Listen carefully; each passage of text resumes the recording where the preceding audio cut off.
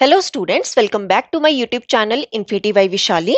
आज हम शुरू कर रहे हैं Ganita Manjari class 9 maths chapter 3 the world of numbers.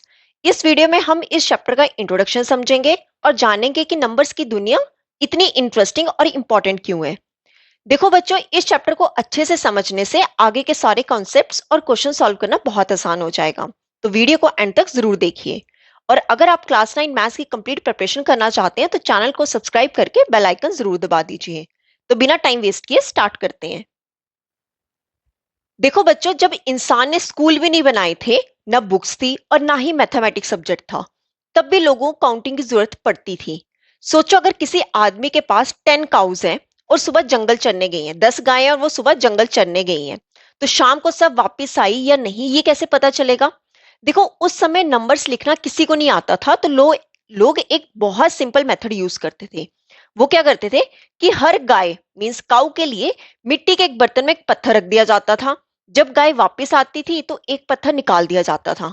अगर सारे पत्थर निकल गए मतलब सारी गाय वापस आ गई। अगर कुछ पत्थर बच गए मतलब कुछ गाय अभी भी जंगल में है। तो बच्चों, इसी कॉन्सेप्ट से बर्थ हुआ नेचुरल नंबर का। किसका? नेचुरल नंबर का। देखो, नेचुरल नंबर्स क्या हो गई? 1 2 3 सो ऑन, जितने भी नंबर्स हैं ये सारे क्या होते हैं? Natural number. नेचुरल नंबर कहां से स्टार्ट होते हैं? 1 होते हैं। इन्हीं नेचुरल नंबर्स को हम क्या कहते हैं? काउंटिंग नंबर्स बोलते हैं। क्लियर? अब सवाल आता है कि जब पेपर ही नहीं था तो लोग काउंटिंग लिखते कैसे थे?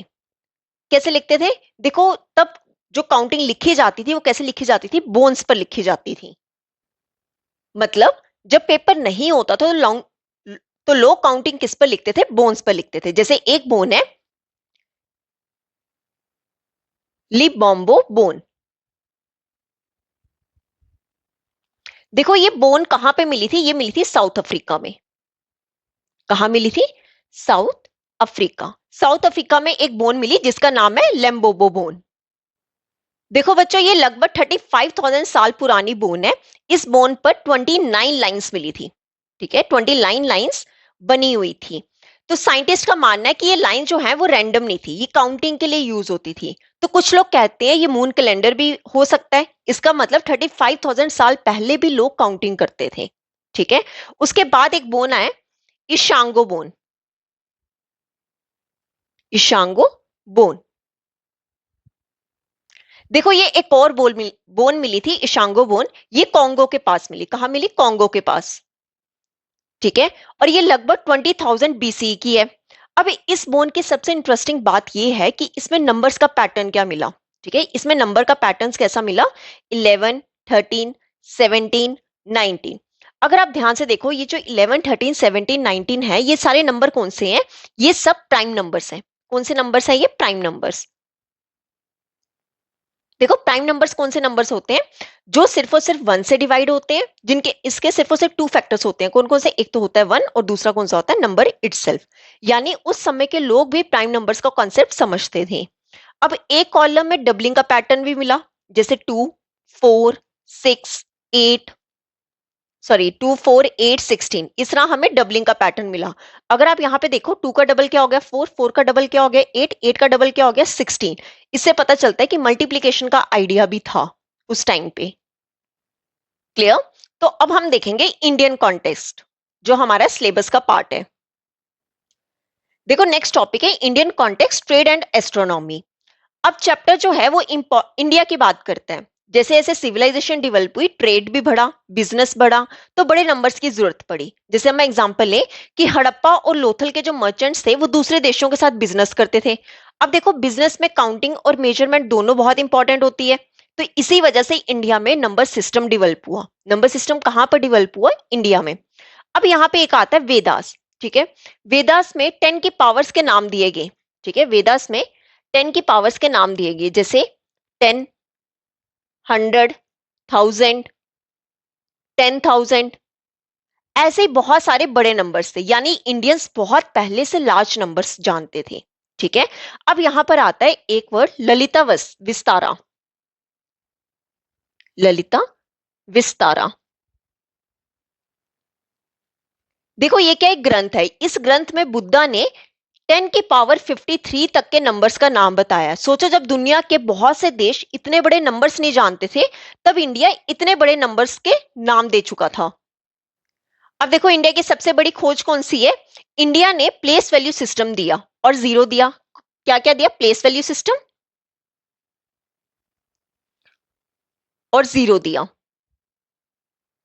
इसी वजह से आज हम जैसे 245 हो गया, 5203 ले लो, 1 लाख ले लो, या फिर कोई भी नंबर लिख सकते हो, या फिर 75,000 कोई भी हो गया। ठीक है, इसी वजह से आज हम ऐसे नंबर्स जो हैं वो इजीली लिख पाते हैं। ठीक है, उसके बाद अब हमारा नेक्स्ट टॉपिक आता है द रेवोल्यूशन ऑफ शून्य। द रेवोल्यूशन ऑफ शून्य।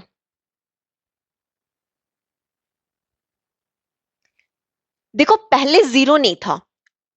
कैसे? अगर तुम्हारे पास मान लो 5 एप्पल है, ठीक है, और आपने वो 5 एप्पल सब किसी को दे दिए, तो आपके पास कितने बचे?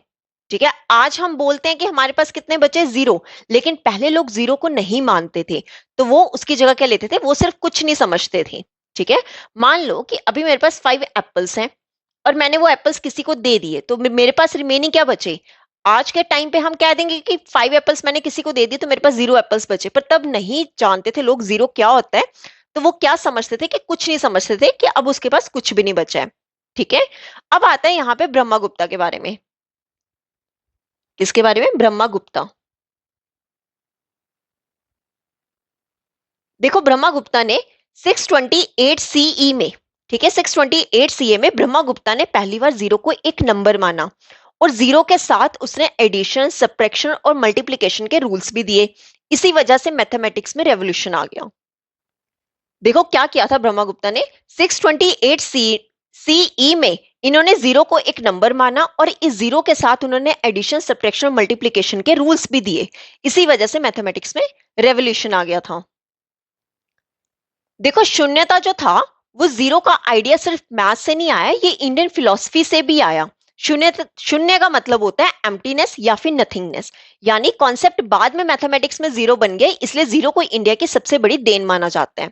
ठीक है, अब हमारा नेक्स्ट टॉपिक आता है बख्शाली मनुस्क्रिप्ट। बख्शाली मनुस्क्रिप्ट।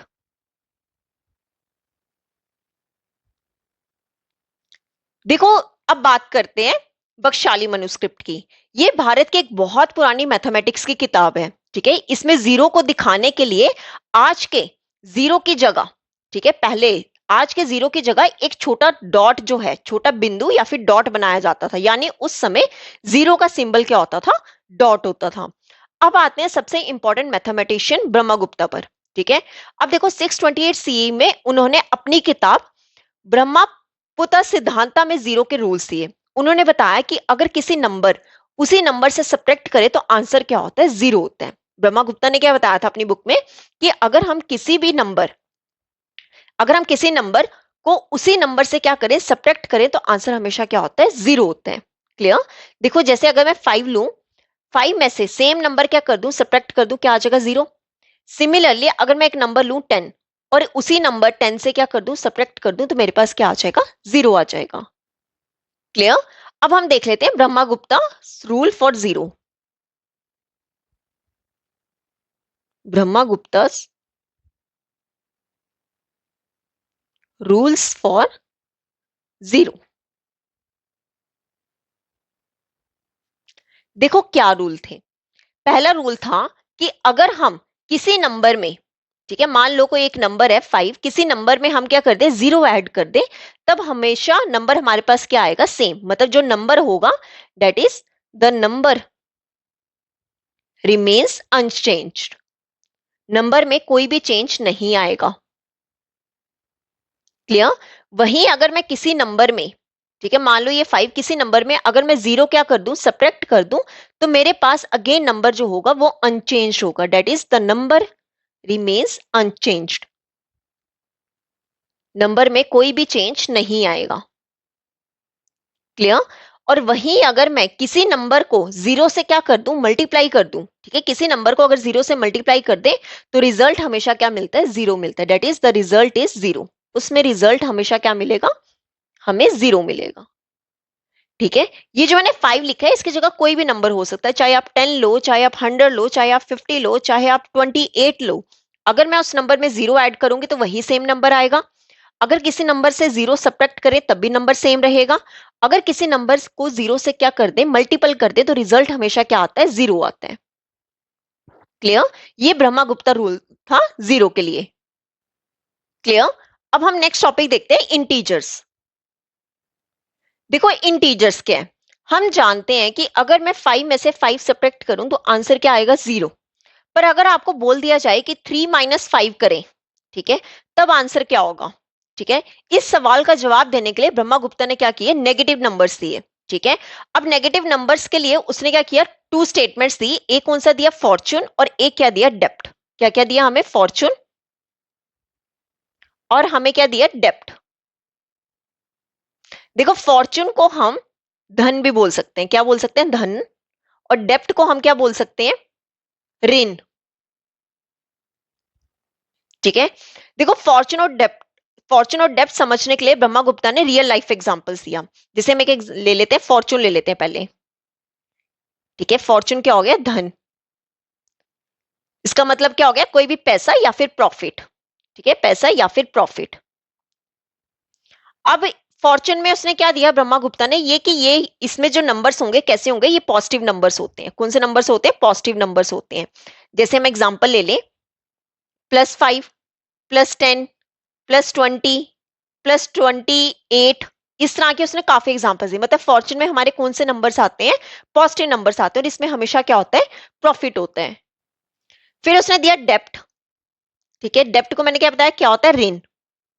डेप्ट में उसने क्या बताया कि जैसे मान लो कि हम कोई चीज उधार ले रहे हैं, ठीक है, तो वहां पर कोई चीज उधार ली जाती है तो उसमें हम कौन से नंबर्स लेते हैं, नेगेटिव नंबर्स लेते हैं। इसमें हम क्या लेते हैं, ये नेगेटिव नंबर्स हैं। जैसे एग्जांपल लें, -5, -10, -15, सो ऑन, इस तरह के। मतलब फॉर्चून में क्या होंगे, ऑल पॉजिटिव नंबर्स होते हैं, और ऋण में क्या होता है, या फिर डेप्ट कह लें, इनमें क्या होता है, ऑल नेगेटिव नंबर्स होते हैं। देखो नंबर लाइन जो है, अगर मैं यहां पर एक नंबर लाइन की बात करूं, ये हो गया जीरो। ठीक है, नंबर लाइन में जीरो के जो राइट साइड होते हैं वो सारे पॉजिटिव होते हैं। ठीक है, सारे पॉजिटिव होते हैं। और जीरो के जो लेफ्ट साइड होते हैं वो सारे क्या होते हैं, नेगेटिव नंबर्स होते हैं। जीरो के right side all positive numbers होते हैं, जीरो के लेफ्ट साइड ऑल क्या होते हैं, नेगेटिव नंबर्स होते हैं। ये जो पॉजिटिव नंबर्स है, मतलब जीरो के आगे वाले क्या होते हैं, फॉर्चून होते हैं, और जीरो के लेफ्ट साइड वाले क्या होते हैं, डेप्ट होते हैं। ठीक है, और ये जो पॉजिटिव और नेगेटिव नंबर्स मिलकर ही क्या बनाते हैं, इंटीजर्स बनाते हैं।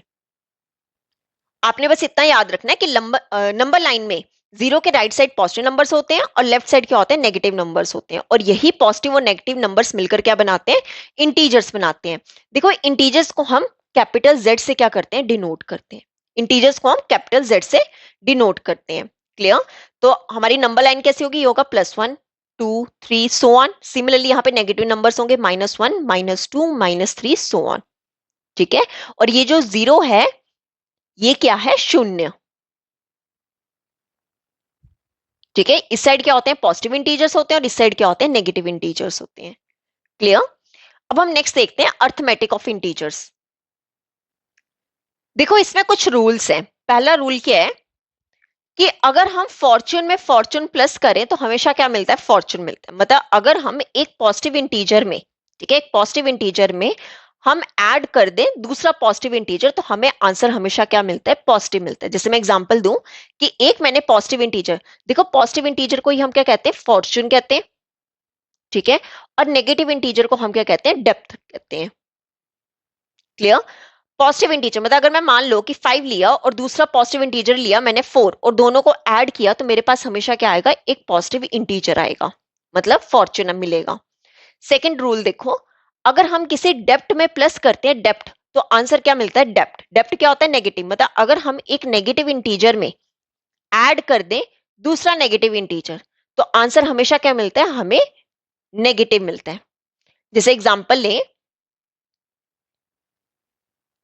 मान लो हमारा एक नेगेटिव इंटीजर है -5, दूसरा नेगेटिव इंटीजर क्या है -4, और यही दोनों इंटीजर मैं क्या कर दूं, ऐड कर दूं, तो मेरे पास आंसर क्या होगा, -5 प्लस माइनस क्या होता है, -4, तो आंसर क्या आया, -9। तो देखो नेगेटिव नंबर आया है।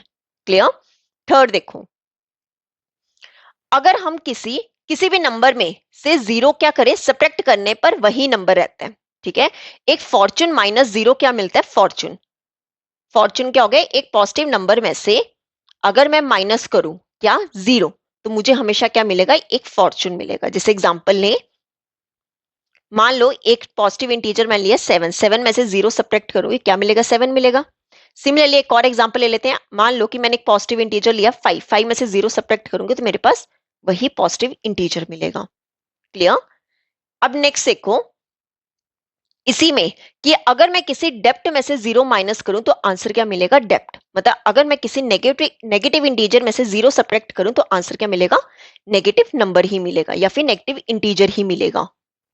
जैसे एग्जांपल ले, मान लो नेगेटिव इंटीजर क्या है, -6। ठीक है, -6 में से 0 सब्ट्रैक्ट करूंगे तो आंसर क्या मिलेगा, -6 ही मिलेगा। वो क्या है, नेगेटिव इंटीजर।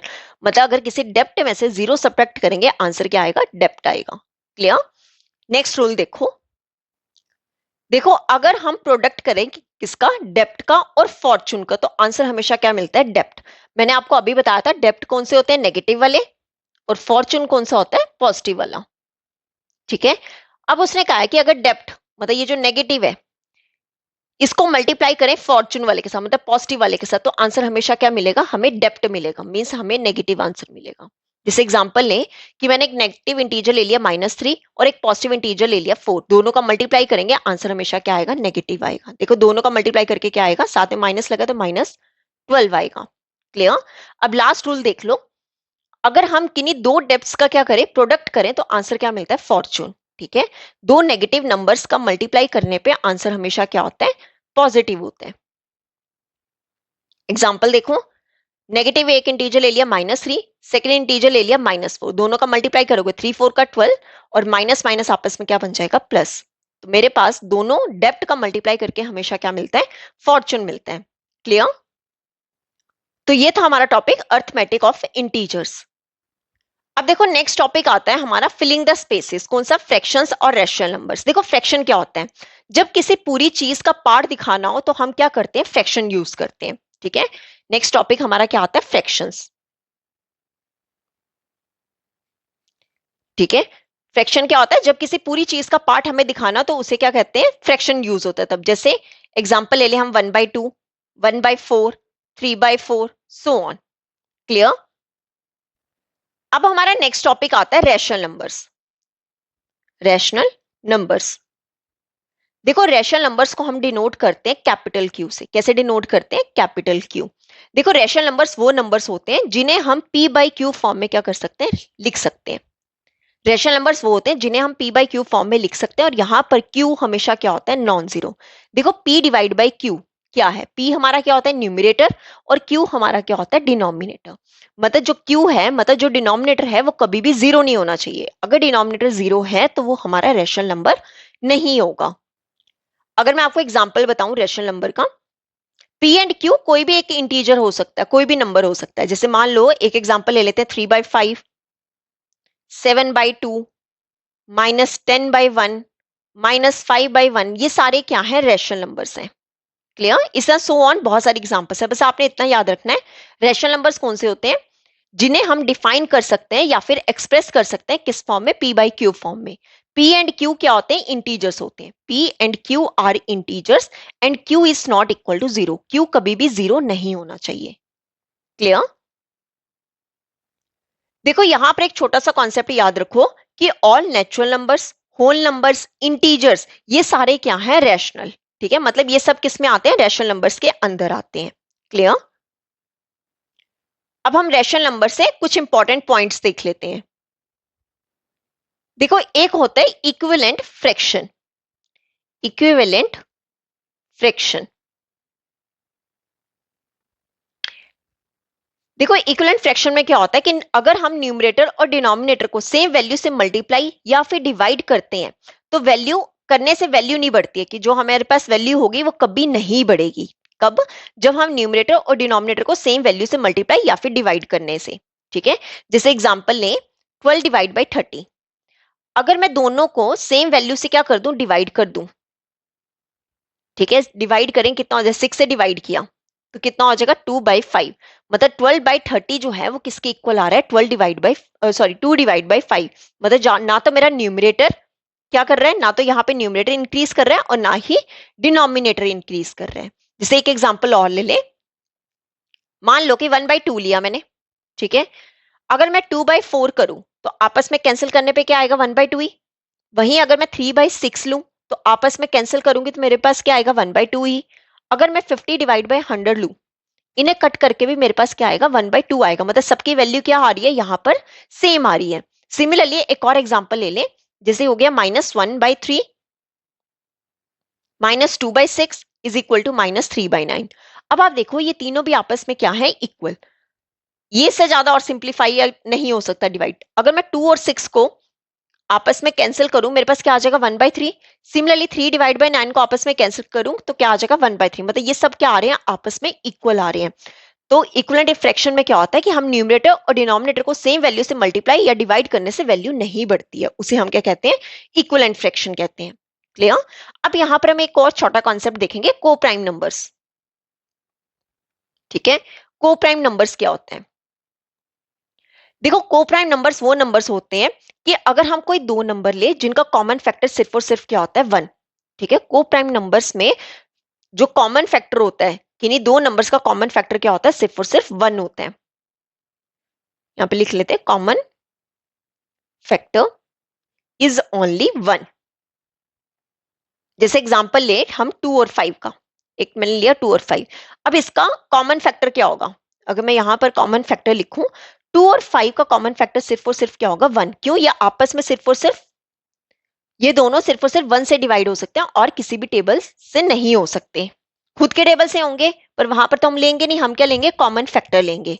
अब जैसे एक एग्जांपल और देख लेते हैं, एग्जांपल 3 और 7। देखो 3 और 7 का कॉमन फैक्टर क्या है, 1 है। कॉमन फैक्टर क्या है, 1। तो ये हमारा क्या होंगे, 3 एंड 7 को प्राइम नंबर्स होंगे। अब हम एक एग्जांपल और देखते हैं और वहां से देखते हैं कि क्या वो नंबर्स हमारे को प्राइम नंबर्स हैं या नहीं। देखो अगर मैं एग्जांपल लूं 12 और 30 का, किसका, 12 एंड 30 का, तो मैं इसके फैक्टर्स निकाल लेती हूँ। देखो 12 के फैक्टर्स क्या होंगे, 12 जो है ये 1 के टेबल से डिवाइड हो जाएगा, उसके बाद ये 2 के टेबल से डिवाइड होगा, देन ये 3 के टेबल से डिवाइड हो जाएगा, उसके बाद 4 के टेबल से भी डिवाइड हो जाएगा, 5 6 के टेबल से डिवाइड होगा और उसके बाद कौन से टेबल से होगा, ये खुद के टेबल 12 से डिवाइड होगा। 30 के फैक्टर्स देखें किस किस से डिवाइड हो सकते हैं, 1 के टेबल से, 2 के टेबल से हो जाएगा, 3 के टेबल से हो जाएगा, 4 के टेबल से नहीं होगा, 5 के टेबल से हो जाएगा, 6 से हो जाएगा, 7 8 9 10 के टेबल से हो जाएगा, उसके बाद 15, देन खुद के टेबल 30 से। अगर मैं यहां पर अब देखूं कॉमन फैक्टर कौन कौन से आ रहे हैं, देखो दोनों में कॉमन क्या आ रहा है, 1, दोनों में कॉमन क्या आ रहा है, 2, और क्या कॉमन आ रहा है, 3, और क्या कॉमन आ रहा है, यहां पर 6 कॉमन आ रहा है। 1 2 3 6 क्या आ रहे हैं, कॉमन फैक्टर्स आ रहे हैं। तो 12 एंड 30 हमारे जो हैं वो को प्राइम नंबर्स नहीं होंगे। क्यों? हमने पढ़ा था कि को प्राइम नंबर्स में कॉमन फैक्टर सिर्फ और सिर्फ क्या होना चाहिए, 1। पर यहाँ पर कितने आ रहे हैं, 4 फैक्टर्स आ रहे हैं कॉमन। तो मतलब ये जो 12 एंड 30 है ये हमारे को प्राइम नंबर्स नहीं होंगे। 12 एंड 30 आर नॉट को प्राइम नंबर्स। बस इतना याद रखो, को प्राइम नंबर्स में सिर्फ और सिर्फ कॉमन फैक्टर क्या होता है, 1 होता है। क्लियर? अब देखो स्टैंडर्ड फॉर्म देखते हैं, स्टैंडर्ड फॉर्म। इसमें क्या होता है कि हम फ्रैक्शन को हमेशा सिंपलेस्ट फॉर्म में लिखते हैं। स्टैंडर्ड फॉर्म में हम फ्रैक्शन को हमेशा सिंपलेस्ट फॉर्म में लिखते हैं। जैसे एग्जांपल दिया हो हमें, मान लो 12 डिवाइड बाई 30, मुझे इसे क्या करना है, सिंपलेस्ट फॉर्म बनाना है। तो इसका सिंपलेस्ट फॉर्म क्या होगा, इसे सिंप्लीफाई अगर मैं करूं कितना हो जाएगा, 12 डिवाइड बाई 30 है, सेम टेबल से डिवाइड कर लो, 12 डिवाइड का 12, यहाँ पे भी 6 से डिवाइड करें तो 6 2 का 12, 6 5 का, तो इसका सिंपलेस्ट फॉर्म क्या हो जाएगा, 2 डिवाइड बाई 5। मतलब ये जो 2 डिवाइड बाई 5 है ये क्या है, सिंप्लीफाइड, सॉरी स्टैंडर्ड फॉर्म है। ठीक है, सिंप्लीफिकेशन किया हमने 12 बाई 30 का, यही हमारी क्या होती है, स्टैंडर्ड फॉर्म होती है। क्लियर? अब हम नेक्स्ट टॉपिक देख लेते हैं, लॉज ऑफ रैशनल नंबर्स। देखो नेक्स्ट टॉपिक है लॉज ऑफ रैशनल नंबर्स। इसमें हमारा सबसे पहला लॉ आता है इक्वालिटी। कौन सा आता है? इक्वालिटी। देखो इक्वालिटी में क्या होता है, अगर हमारे पास कोई दो रैशनल नंबर्स है, मान लो एक a बाई बी है और दूसरा c बाई डी है, ठीक है। अगर ये दोनों आपस में क्या हो जाए, इक्वल, या फिर हम कह ले दो रैशनल नंबर्स तब इक्वल हो सकते हैं जब एडी किसके इक्वल हो जाए, बीसी के। मतलब ये जो, अगर मेरे पास ये दोनों रैशनल नंबर्स हैं are said to be equal, ये दोनों रैशनल नंबर्स तब इक्वल हो सकते हैं if A D is equal to B C. A D किसके इक्वल हो जाए, बीसी, मतलब आपस में मल्टीप्लाई, एडी किसके इक्वल हो जाए, बीसी के इक्वल हो जाए। क्लियर? ये होता है हमारा इक्वालिटी। मतलब दो फ्रैक्शंस तब इक्वल होते हैं जब क्रॉस मल्टीप्लीकेशन, या फिर ऐसे कर लो, ये a बाई बी है और ये c बाई डी है। मतलब दो फ्रैक्शंस तब इक्वल होते हैं जब क्रॉस मल्टीप्लीकेशन करने पे आंसर क्या आ जाए, सेम आ जाए। अगर एडी बीसी के इक्वल आ रहा है तो मतलब ये दोनों हमारे जो रैशनल नंबर्स हैं ये क्या है, आपस में इक्वल है। क्लियर? ये हमारा फर्स्ट लॉ था, इक्वालिटी। अब हम नेक्स्ट लॉ देख लेते हैं, addition and subtraction of rational numbers. कौन सा? Addition and subtraction of rational numbers. Subtraction of rational numbers. देखो रैशनल नंबर्स की एडिशन एंड सब्ट्रैक्शन कैसे करते हैं। देखो अगर डिनोमिनेटर में जो हमें गिवन दो रैशनल नंबर्स हैं, अगर उनका डिनोमिनेटर क्या हो, सेम होता है, तो हम क्या करते हैं, डायरेक्ट न्यूमरेटर को ऐड कर देते हैं। मान लो दो रैशनल नंबर्स है, एक है a बाई बी और दूसरा रैशनल नंबर है c बाई डी, ठीक है। और मुझे अगर इनका क्या निकालना है, एडिशन करना है, मतलब दोनों को अगर मुझे ऐड करना है, c बाई, यहां पे c बाई बी लो, ठीक है, दूसरा रैशनल नंबर है c बाई बी। एक रैशनल है a बाई बी, दूसरा रैशनल है c बाई बी, और मुझे ये दोनों रैशनल नंबर्स क्या करने हैं, ऐड। अगर डिनोमिनेटर सेम है तो वो आप एक बार लिखो और ऊपर क्या कर दो, डायरेक्ट ऐड कर दो। ये होता है addition of rational numbers. Same हम क्या करेंगे, सब्ट्रैक्शन देखेंगे कि अगर मुझे इन दोनों रैशनल नंबर्स का क्या करना है, सब्ट्रैक्शन करना है। अगर डिनोमिनेटर सेम है तो उन्हें एक बार लिख लो और ऊपर वाला डायरेक्ट क्या कर दो, सब्ट्रैक्ट कर दो। ये होता है subtraction of rational numbers. Clear? अब हम नेक्स्ट देख लेते हैं, multiplication and division of rational numbers. देखो अगर हमें किन्हीं दो रैशनल नंबर्स का मल्टीप्लीकेशन और डिवीजन करना है तो कैसे करते हैं। मान लो हमारे पास दो रैशनल नंबर्स हैं, एक रैशनल नंबर है a बाई बी, दूसरा रैशनल नंबर है c बाई डी। अगर मुझे इन दोनों रैशनल नंबर्स का क्या करना है, प्रोडक्ट करना है, तो मैं क्या करूंगी, ऊपर वाले को ऊपर वाले के साथ मल्टीप्लाई कर लो और नीचे वाले को नीचे वाले के साथ। ECD is equal to BD। Similarly अगर मुझे इन दोनों रैशनल नंबर्स को क्या करना है, डिवाइड करना है, ठीक है, a बाई बी, इसको डिवाइड करना है c बाई डी से, तब क्या होगा, आपने क्या करना है, ऊपर जो आएगा आपके पास a के साथ d मल्टीप्लाई कर दो और b के साथ c मल्टीप्लाई कर दो। या फिर अगर मैं इसको ऐसे भी लिख सकती हूँ, मान लो ये a by B divide by c by D है ना, डिवाइड को जब भी हम मल्टीप्लाई में चेंज करते हैं तो जो नीचे वाली टर्म है वो ऊपर चले जाती है, जो ऊपर वाली टर्म है वो नीचे आ जाती है, तो क्या हो जाएगा, AD divide by BC। Clear? ये था हमारा थर्ड लॉ। अब हम नेक्स्ट लॉ देख लेते हैं, कॉम्यूटेटिव लॉ। कॉम्यूटेटिव लॉ,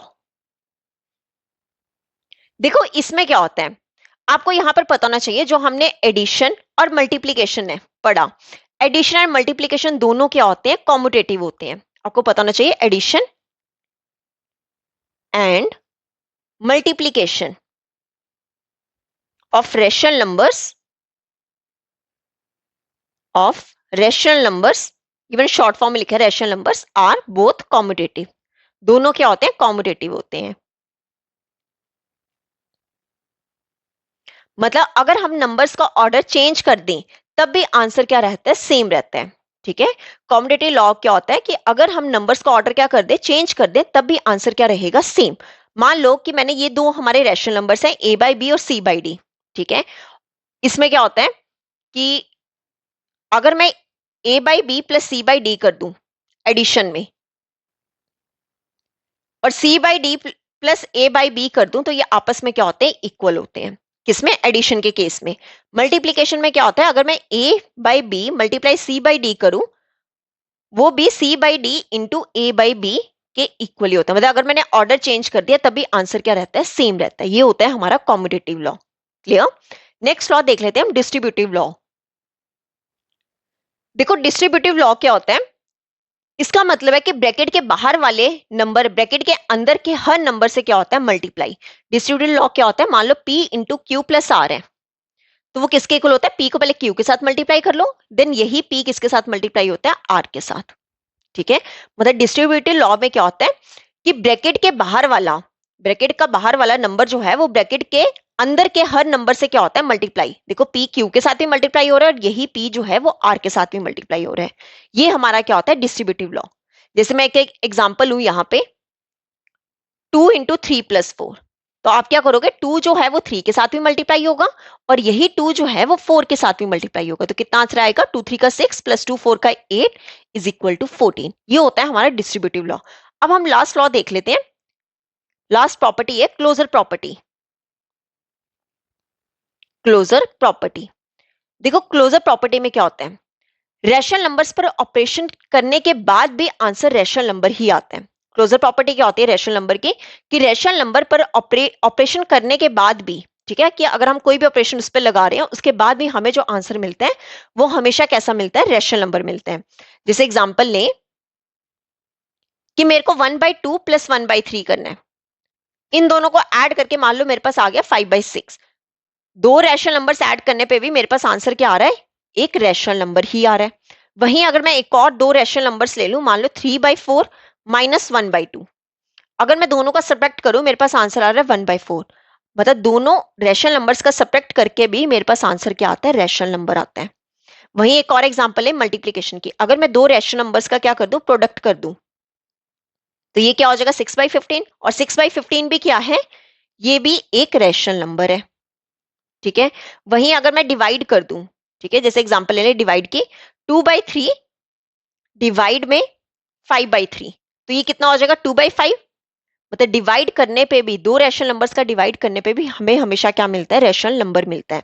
यही हमारी क्या होती है, क्लोजर प्रॉपर्टी होती है। क्लियर। तो ये हमने क्या पढ़े, लॉज पढ़े किसके, रैशनल नंबर्स के। अब हम देख लेते हैं representation of rational numbers on number line. Number line पे हम किसी भी रैशनल नंबर को कैसे रिप्रेजेंट करते हैं। देखो नेक्स्ट टॉपिक है representation of rational numbers on the number line. मान लो ये एक नंबर लाइन है, ठीक है, दिस इज 0 1 2 3, ये हो गए पॉइंट -1 -2 -3।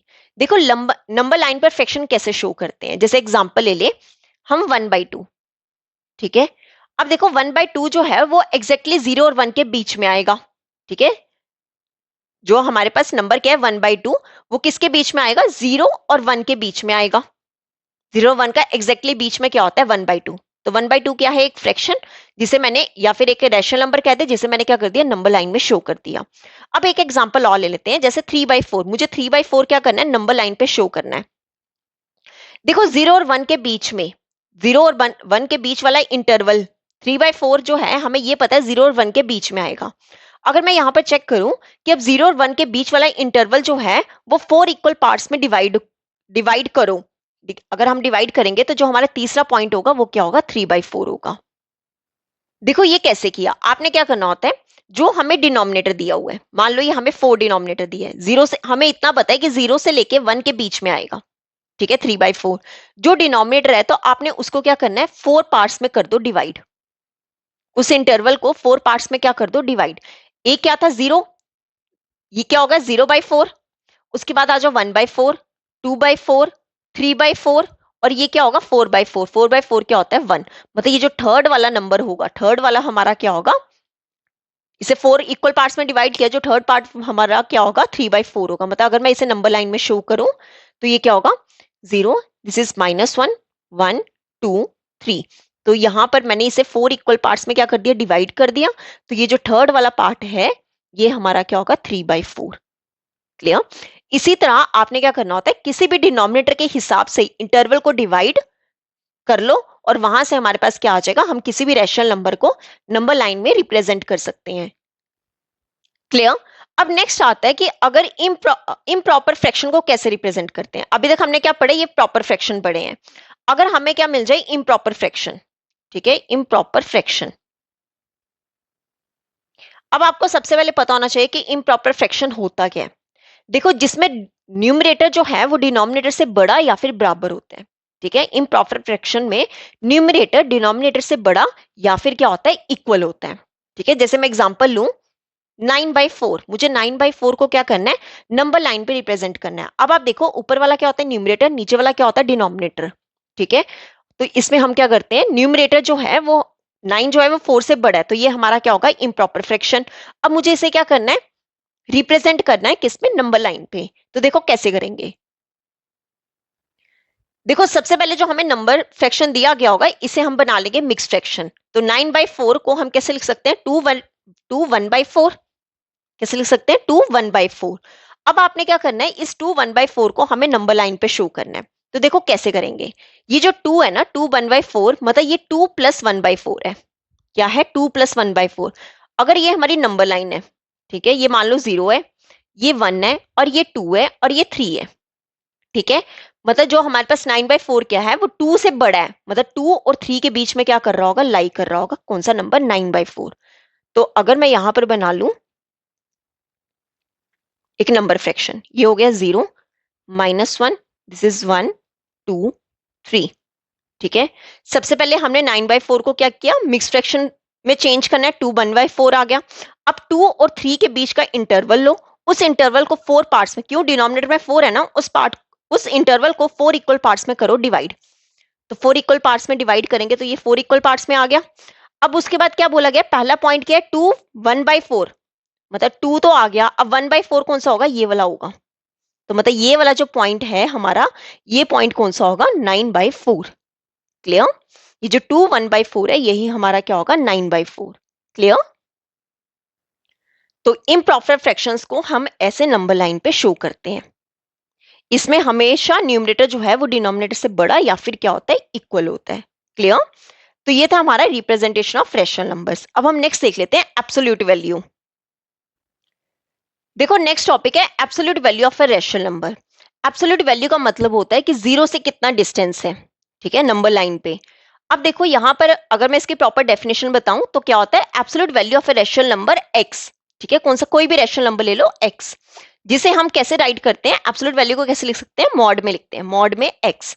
और इसका रिप्रेजेंट कैसे करते हैं, इसका जो डिस्टेंस है जीरो से किस पे, नंबर लाइन पे। अब जैसे एक एग्जांपल ले लें, अगर हम, एक चीज आपने याद रखना है, हमेशा डिस्टेंस यहां पर कभी भी नेगेटिव नहीं होता है। ठीक है, एब्सोल्यूट वैल्यू में डिस्टेंस कभी भी नेगेटिव नहीं होता है। अब जैसे एग्जांपल लें, अगर मुझे बोल दिया जाए एब्सोल्यूट वैल्यू निकालो किसका, 5 का, तो आंसर कितना होगा, 5। ठीक है, मॉड से, जब भी हम मॉड से वैल्यू बाहर निकालते हैं हमेशा क्या होता है, पॉजिटिव में आंसर मिलता है। क्यों, क्योंकि इसका जीरो से डिस्टेंस कितना है, 5। सिमिलरली अगर मेरे पास बोल दिया जाए एग्जाम्पल दे दे -5 का मॉड, तब भी हमारे पास आंसर क्या आएगा, 5 आएगा। क्यों, क्योंकि डिस्टेंस फिर भी क्या रहेगा, 5 ही रहेगा। इसलिए पॉजिटिव और नेगेटिव वैल्यूज, अगर पॉजिटिव या फिर नेगेटिव वैल्यू कोई भी होगी उसका एब्सोल्यूट वैल्यू क्या होता है, सेम होता है। ठीक है, देखो यहाँ पे +5 का भी 5 आंसर आया और -5 का भी आंसर क्या आया, 5 आया है। क्लियर। तो ये था हमारा topic absolute value of a rational number. Next देखते हैं density of a rational number.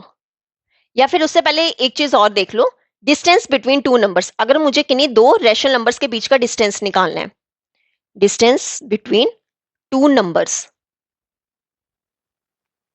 देखो मान लो अगर दो नंबर्स हैं, एक ए है और दूसरा क्या है बी, और इनके बीच का मुझे क्या निकालना है, डिस्टेंस निकालना है। तब इसका फॉर्मूला क्या होगा, हम लगा देंगे मॉड और बीच में क्या लिख देंगे, दोनों का सब्ट्रैक्ट कर देंगे, ए माइनस बी। जैसे मान लो एक एग्जांपल ले लेते हैं, एक है मेरे पास नंबर -3, ए मान लो मेरे पास नंबर है -3 और बी नंबर है मेरे पास कितना, -4। और मुझे इन दोनों के बीच का क्या निकालना है, डिस्टेंस निकालना है। तो डिस्टेंस क्या होगा, मॉड लगाएंगे, ए कितना है, -3 माइनस बी कितना है, -4, ब्रैकेट में लिख दो -4। तो ये कितना होगा, -3 माइनस माइनस क्या बन गया, प्लस का 4 इज इक्वल टू, देखो -3 + 4 कितना होगा, प्लस का 1, तो मॉड ऑफ 1 क्या होगा, 1। क्लियर। ये हो गया अगर हमें दो नंबर्स के बीच का डिस्टेंस निकालना है। क्लियर। अब हम देख लेते हैं डेंसिटी ऑफ रैशनल नंबर्स। अब देखो सबसे इंपॉर्टेंट प्रॉपर्टी देखते हैं, रैशनल नंबर जो होते हैं वो डेंस होते हैं। इसका मतलब क्या हुआ कि दो रैशनल नंबर्स के बीच हमेशा एक और रैशनल नंबर मिल जाता है। सिर्फ एक नहीं, इनफाइनाइटली मैनी रैशनल नंबर्स होते हैं। ठीक है, किन्हीं दो नंबर्स के बीच में, दो रैशनल नंबर्स के बीच में इनफाइनाइटली मेनी रैशनल नंबर्स होते हैं। जैसे मैं एग्जांपल लूं 1 और 2 का, अब इसके बीच में एक रैशनल नंबर क्या होता है, 3/2 होता है। ठीक है, अगर मैं वही 1 और 3/2 ले लूं, इसके बीच में भी एक रैशनल नंबर होता है, कौन सा 5/4, और इसी तरह बीच में और भी हमें क्या मिलते रहते हैं, रैशनल नंबर्स मिलते हैं। मतलब दो रैशनल नंबर्स के बीच में इनफाइनाइटली मेनी रैशनल नंबर्स होते हैं। तो डेंसिटी ऑफ रैशनल नंबर्स क्या होता है? There are infinitely many rational numbers between any two points। मान लो कोई भी दो पॉइंट्स हैं, उनके बीच में इनफाइनाइटली मेनी रैशनल नंबर्स होते हैं। क्लियर? ओके, तो ये था हमारा topic density of rational numbers. तो स्टूडेंट्स, आज के लेक्चर में हमने Ganita Manjari class 9 maths chapter 3 the world of numbers का इंट्रोडक्शन डिटेल में समझा है। पर अभी हमारा एक टॉपिक रहता है इरेशनल नंबर, जिसे हम नेक्स्ट लेक्चर में डिटेल में समझेंगे, इसलिए नेक्स्ट वीडियो बिल्कुल मिस मत करना। अगर आपको पीडीएफ नोट्स और टेलीग्राम चैनल का लिंक चाहिए तो वो आपको डिस्क्रिप्शन में मिल जाएगा, वहां से आप नोट्स भी डाउनलोड कर सकते हो।